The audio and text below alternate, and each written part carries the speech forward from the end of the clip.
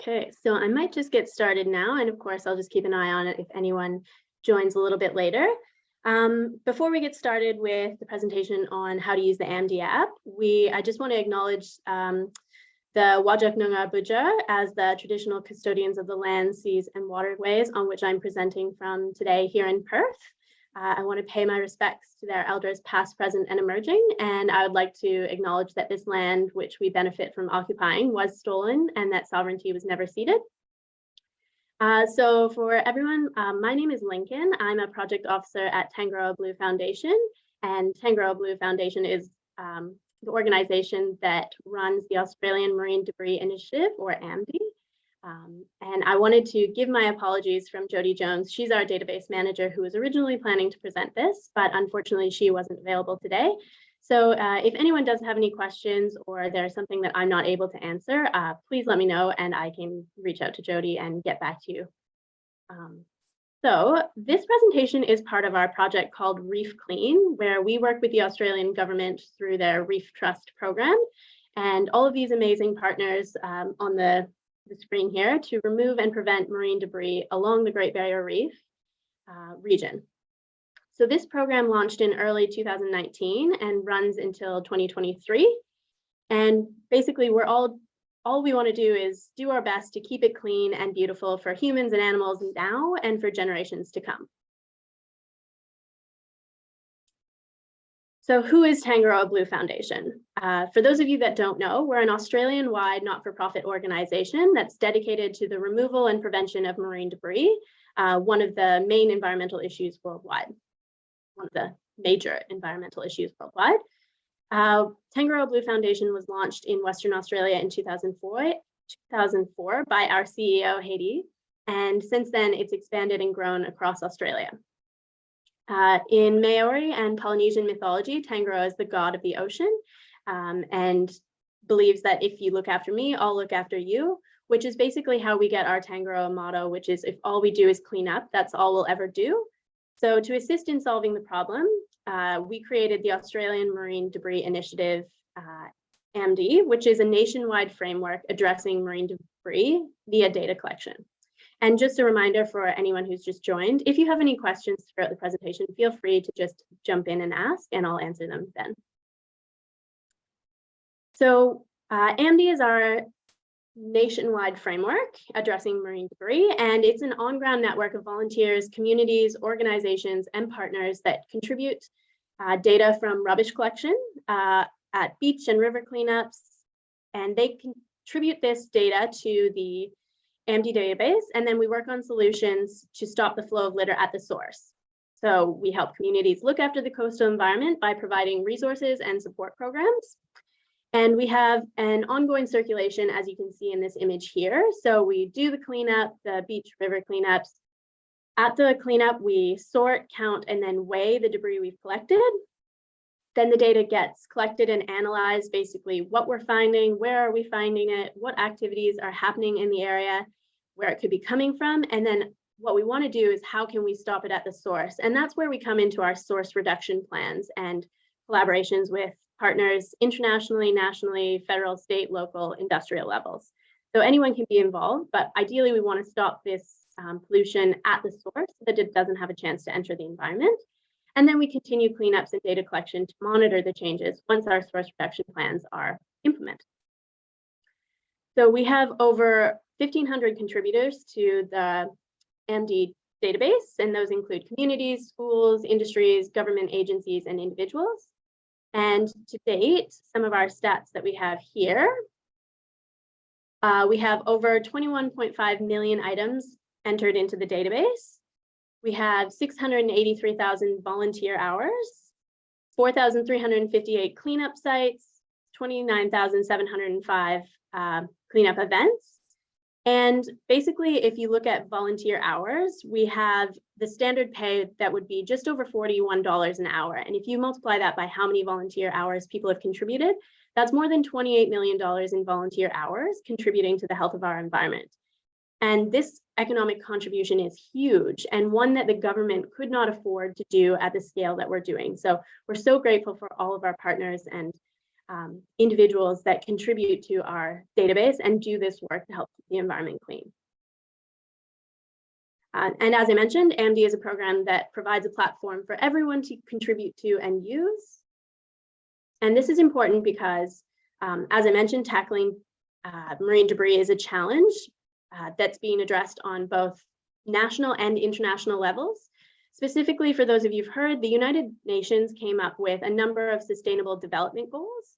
And one of them, number 14, is called Life Below Water. And the target goal for one of the target goals, I should say, for this Life Below Water is to prevent and significantly reduce marine pollution of all kinds, in particular from land-based activities, which includes marine debris and nutrient pollution, by the year 2025. So we're working towards that.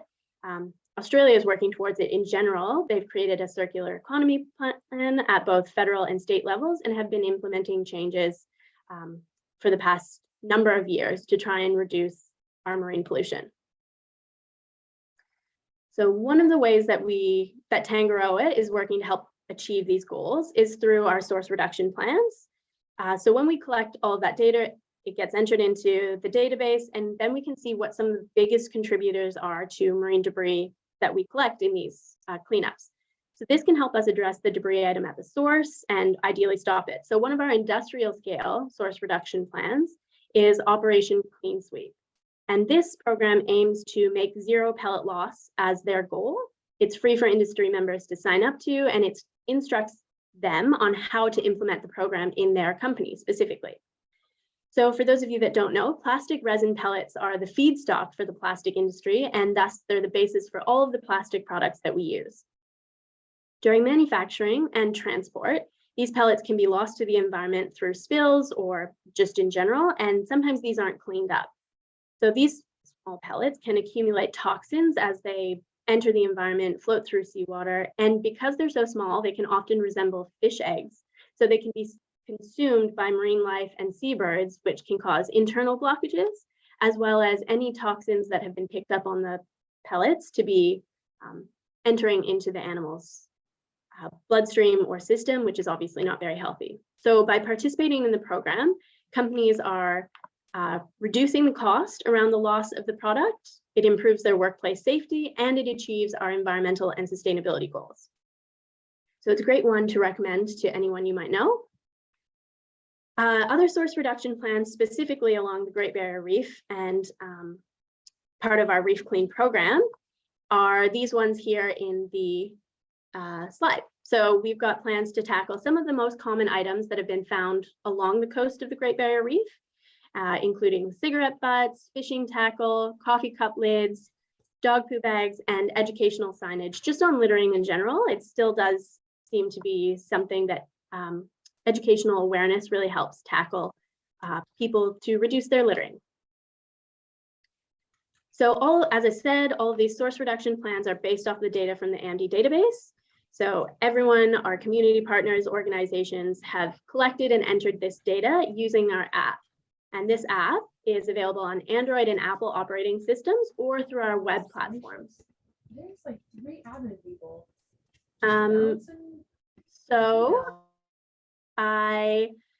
There is a video on how to use the AMDI app, but we're going to talk about that today. So it is a resource. We'll be sending the links out once we post this recording online. So if there's something that you forget from today's presentation or anything like that, then we can reference back to this how-to video, and you can always reach out to us if you have any questions about the app.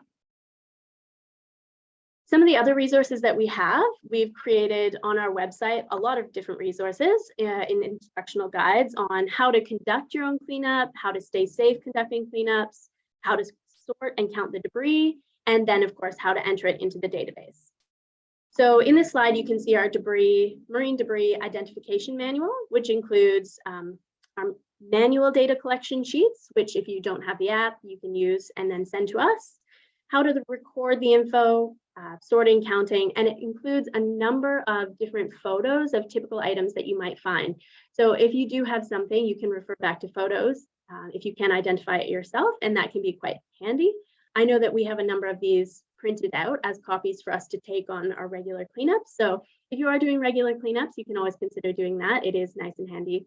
But if you're using the app, a lot of photos in there as well. So again, this is the link that I will share after this on how to use the AMDI app specifically. Again, I'm going to go through it in very detailed steps coming up, but there is this stuff online in case someone wasn't able to attend today's seminar or presentation, and if you forget something. The other one that we have, this is a link to other resources, which include 30 to 90-second videos about common item types that you would find and need to enter into the database. So these short videos can sometimes be nicer to watch because it's targeting exactly the information that you might be looking for without having to go through this 40-minute presentation. So when you download the app and open it for the first time, it's going to go through these welcome screens. So on the first one on the far left of the slide, you can see it's a thank you for your contribution. It explains some of the details that we'll be asking for about your cleanup. Then when you go to the next one, which is the second one from the left, it's going to say, tell us a little bit about your cleanup. So that's the data information that we'll need. Then we'll go on to tell you about our data agreement, which says that your data is always owned by you, but we're going to use it like Tangaroa Blue Foundation and AMDI will use it for education, research, and our source reduction plans. So you're contributing to a much greater data set. And then finally, it will link you to our website where you can get more information, tools, and resources to help you with your own cleanup and the data collection part of it. So once you go through the introduction process with those ones, we have the left-hand image. You'll see your landing homepage of the app. It says protect our oceans. It's got the AMDI logo. But in order to do anything on the app, you'll need to go up to the top where there are 3 lines and click it to open the menu.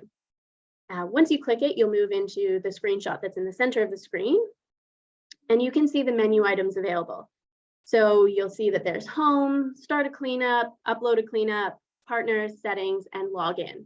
Now I'm going to talk about logging in and uploading the cleanups later on, but it's good to know that when you complete a cleanup, you don't actually need to be connected to the internet because the app should store the information locally on your device, but you will need an internet connection to log in and upload your cleanups at some point in the future. So it's good if you have a remote cleanup that you're doing and you want to use the app, but you will need internet at some point to upload it to the database directly. So to get started, you're going to want to click Start a Cleanup in the menu item and enter the details of your cleanup, including the date and start time. So you can see that in the middle screenshot, we've got our date and our time. Basically, if you click on one of those fields, it will bring up either a rolling sort of calendar. Anyone who's used pretty much an Android or an iPhone will already know how this works, but basically just slide your finger up and down to get to the correct date and time for your cleanup. We also have the duration of the cleanup, the number of people participating in the cleanup, and in the case of duration, it's important to note that you can use partial hours. Excuse me. So you can use decimals. It can be a 1.5 hour cleanup. It can be a 3.75 hour cleanup. But when you enter the number of people, it must be a whole number. You can't have 1.5 people, which makes sense. So always make sure it's a whole number for your number of volunteers or number of people, and then you can enter partial hours for duration. Then you'll click next. Well, sorry, you'll fill in the other fields that follow under the duration and number of people. And those include the total bags filled, the approximate total weight, the length, and the organization. Basically, a standard clean bag from Tangaroa is 56 liters. So when we say total bags filled, we mean that, like the number of bags that you would have that are 56 liters. The approximate total weight in kilograms, I would highly recommend having some fish scales or luggage scales to weigh the bags. It's just the easiest thing to do. You can hook it on and weigh them that way. But of course you can estimate, but just easier to have the scales. They're not too expensive if you can have them. Lots of people have them at home for traveling. So that's really great. And then length is the length of the site that you cleaned. So, and this can be measured with a tape measure, of course. It's a little bit more finicky, I guess, more time consuming, I guess I would say.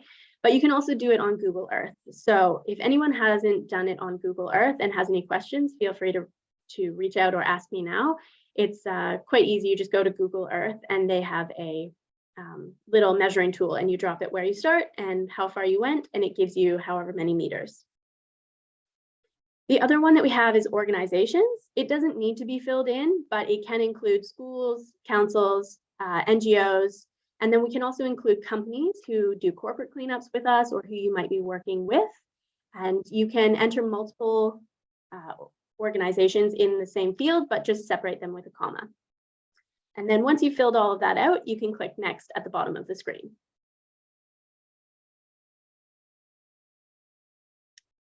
So this is where you'll enter the location of your cleanup. The app uses Google Maps. So most people have used Google Maps before, but you can see in the left image that just to place the green cleanup marker, you drag it to the correct location, or you can just do a long tap where you hold your finger on the screen for a couple of seconds and it will drop the marker right there. In my experience, the long tap is easier to use, but both are options available to you. In the right-hand screenshot, you can see that when you press the top right button, the little plus sign, it opens up two options, which are refreshing the AMDI sites and satellite background. And of course, similar to Google Maps, exactly the same as Google Maps, the satellite background just brings up a more clear picture. It's not stylized. It looks exactly as it would look from satellite images. And then the AMDI sites are locations where a cleanup was previously done. So in some cases, we come back to the same site multiple times a year. So AMDI will already have that site available for you to select. And you can see in the right image that there's a little pop-up that appears saying this location is within the St. Kilda West Beach AMDI site. So then you can just click it. And once you've entered that cleanup site, we can click next again on the bottom of the screen. And that brings us to how to enter the items that you've already sorted through, counted, and now we're entering them into the app. So as you can see, there's nothing listed yet on the left image. So what you need to do is press the green button that says add an item, and it takes you to the image on the right screen, which has a search bar. If you click into the search bar, you can start typing in the item that you have. If you've used our manual data sheets, then we have the items sorted already, and that can help you understand how the items are categorized and organized. But with the app, it's best to just start typing whatever the item is. So once you start typing, you can see that there are multiple examples. It doesn't need to be the whole word, but the app will start filtering the items based on the letters that you type. So in the first screenshot, we've got CIGA, and that will bring up our two options for cigarettes, which we've got cigarette lighters and then butts and filters. In the middle screen, you can see that we've typed the full word drink, and we've got multiple possible items based on whether it's tin, whether it's Tetra Pak and drink carton, plastic drink bottles, or even the rings that hold 6-packs together. So then in the final one, you can see we've typed pen, and you can see it could be plastic pens and stationery, or it could be wooden stationery like pencils. Once you decide what it is that you want based on your item, I think these are some more examples here. Sorry about that. So we've got some more examples: cups, which includes foam cups, plastic cups, health and safety items, rope, which is based off of the different lengths and different types of rope. And then we have remnants, which are the little pieces that you find that aren't identifiable to what they originally were. They're just little plastic pieces, and they can be solid or soft plastics. They can be burnt, or they could even be rubber. So again, once you find the item that you're looking for, you click it. And once you press the button that says, this is the item I'm looking for, it will open up this screen here on the left. So in this example, we wanted to enter foam buoys as an item. It brings up this page in the app. And if you want more information to make sure this is the correct item type that you want, you can select the little I button indicated in the orange circle on the screen, and it will open up a more information, as you can see in the right image. So this one says foam buoys, which would be lobster trap floats, marker floats, mooring floats, or a handmade foam float. And then if this sounds like the correct item to you, you can close the info by selecting the close button and then entering the total number of that item that you found and any notes that you want to enter along with this data entry. So it could be that maybe it has a specific rope attached to it or anything like that. You can add anything in the notes section. It's just free form. If this isn't the right item, if you read the information and this is not the correct item that you want, you basically select the back arrow at the right beside add foam buoys on that first screenshot. There's a little back arrow. You'd click that and it would take you back to this searching screen again, and you would just type in something else. So then once you decided it was correct, you've entered in the details that you found, then you can press the add button. So that's the little green one in the bottom right of the first screenshot.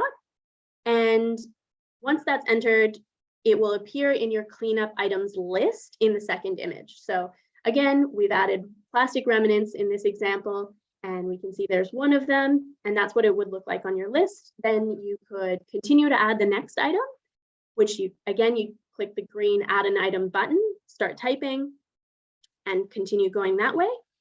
Or if you swipe to the left, you can see in the third screenshot on the right that a green view edit button will appear, or there's a red delete this entry button. So if you decide that, oops, I actually found another foam buoy or another plastic remnant piece, you can actually edit the entry by clicking the green button. And if you decide, oh no, it actually wasn't what I've put in here, you can delete it as well. There's lots of flexibility. Now, for items that have a barcode, such as drink bottles, we also ask that you include the label barcode if it's available. And this helps us track where the item originated from, the company, and can help us create source reduction plans for this particular item. So in order to do that, we select the plastic drink bottles from the search item list. We enter the details. So in the first screenshot, you can see there's a tab at the top that says details. That's what we were looking at in the previous screens. But then in the right hand side, it says label. So if you click that, this first screenshot is what appears. So it's got a label barcode, country of origin, and label brand. And you can either take a photo of the barcode, as you can see in the middle image, or you can enter the number directly into the field. You also enter the country of origin, the label brand, and the label description. In this case, the more details, the better. And then once you are entered all the details you can think of, you press the green add button, and again, it will appear in your item list. So once you have added all of your items in the list, you can press next. In this slide we have here, we talk a little bit about microplastics and pollution ratings. I would say that for most cleanups that we do or that the public does, this is not super relevant. I myself have not done the training for a microplastics survey. If you have any questions about it, please feel free to reach out to us. I can't speak to all of that stuff just yet, but if you have any questions about it, please just let me know and I will get Jody to answer them. So then once you've added all of your items on the list, you've pressed next at the bottom, and then you come up with this screen, which is complete your cleanup. And you will say, please make sure all of your submission details are correct. And before finishing, you need to answer these 4 questions. So did you observe any plastic resin pellets? Did you see any dead or injured animals? Did you observe any highly unusual site conditions? And then of course, any additional comments. If none of these apply to you and your cleanup, you don't have to click the square that's beside each question. But if you did click the square to the right, you can add more details. So as always, the more detailed information, the better. In the far right image, you can see that we've added post-cyclone as a highly unusual site condition. And then in the notes section, this is the part where it tends to be most relevant to our contributors. In this section, we need you to indicate how much of the debris you sorted and counted. So ideally, we sort and count everything and enter it, but sometimes that's just not feasible. So in this example, we've got collected 50 bags that weighed X kilograms. But if you collected 10 bags weighing 100 kilograms, but you only had time to sort 3 bags that weighed 40 kilograms, we would ask you to enter that information here. This is important because basically we use that percentage of how much you sorted and counted out of the total to help extrapolate the results so that we can estimate how much we might have found in that entire cleanup, even though we didn't have time to sort and count everything that we do. In some cases, there are cleanups that have a lot of people and go for a whole weekend, and you might have, 100 or 150 bags, and it's just not feasible for them to be counting and sorting everything. So that's where this is really important. And that's where most of our contributors would be adding something to this space on the app. So if you are doing those cleanups and you don't have time to count and sort, please make sure to include this information. How much did you count? How much of that, how many bags did you count and sort? And how much weight was that out of the total? Once all that's entered, you just click the red save button at the bottom and it takes you to this page. If you forgot to enter a mandatory piece of information, then you'll see an error message as in the left-hand screenshot. And it says some details have been forgotten. It could be the duration, people attending, total bags, approximate weight, cleanup length. Any of those could be missing. All you need to do is click OK and then go back in and enter that information. You will not be able to finish submitting your cleanup without all of those mandatory details. If you've entered everything correctly and there are no error messages, then you'll get the pop-up on the right-hand side of the screen that says your cleanup was created, it's successful, but you haven't finished yet. Before anyone will see that your data is there, that your cleanup was done, you need to upload this to the database. So everything you can do now that I've talked about, you can do without having any internet connection. But in order to do the upload part and this part that I'm going to talk about, you do need to be connected to the internet. So basically, it will take you back once you close that successfully created message. It will take you back to the home page. You can select the 3 lines at the top to open the menu. You scroll down and you're going to need to log into the database. Now this can be a bit finicky. So in the second screenshot, please make sure you're fully typing in your username and password. Sometimes the app doesn't really like it when you auto-fill in your username. Not entirely sure why, but if you are having any troubles or not sure why it won't let you log in, potentially that could be the issue. I know I've personally had that happen to me. So we do have some troubleshooting, frequently asked questions on the website as well for the app. If you have any questions or you're having any issues, check that out or feel free to email us. So once you've entered in your information, you click login and it will open to the home page with your username as in the screenshot on the far right.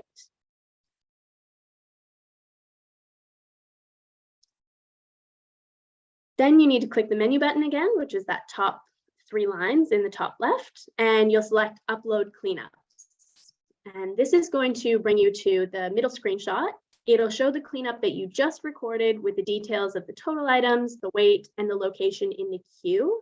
That's what it's called, and you can see that in the circle in the bottom middle screenshot.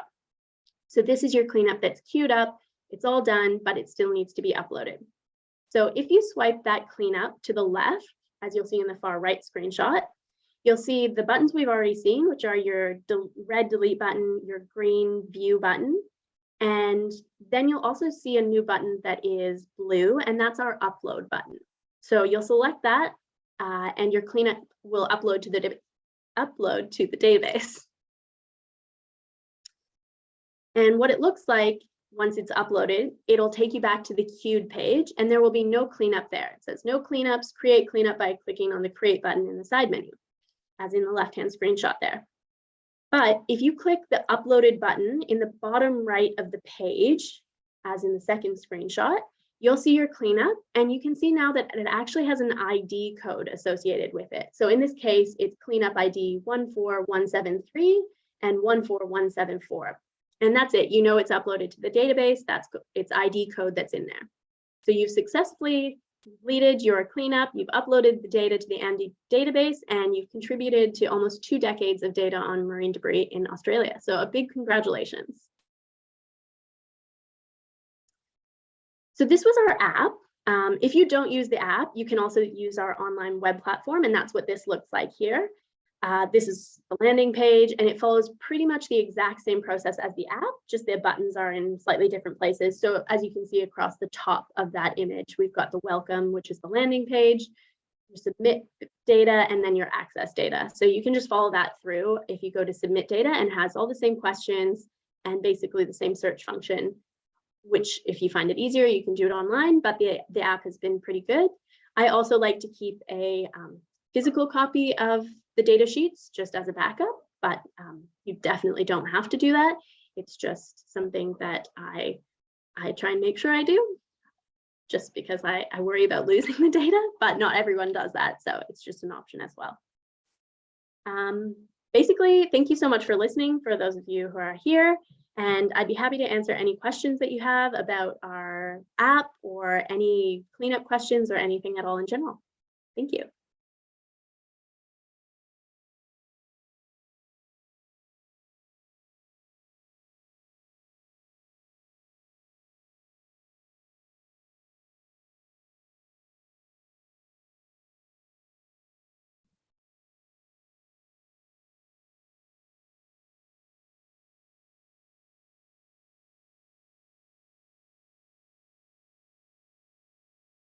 And if anyone wants me to go over anything again, feel free. If that was a bit quick or anything, I'm happy to go back to the slides if anyone has any questions. If not, that is the end of the presentation. This is recorded and it will be uploaded to our website, and it will be sent out to those of you registered for this presentation. So it is available. And as I mentioned, the links to the other resources that we have will be available for you to access at any point in the future.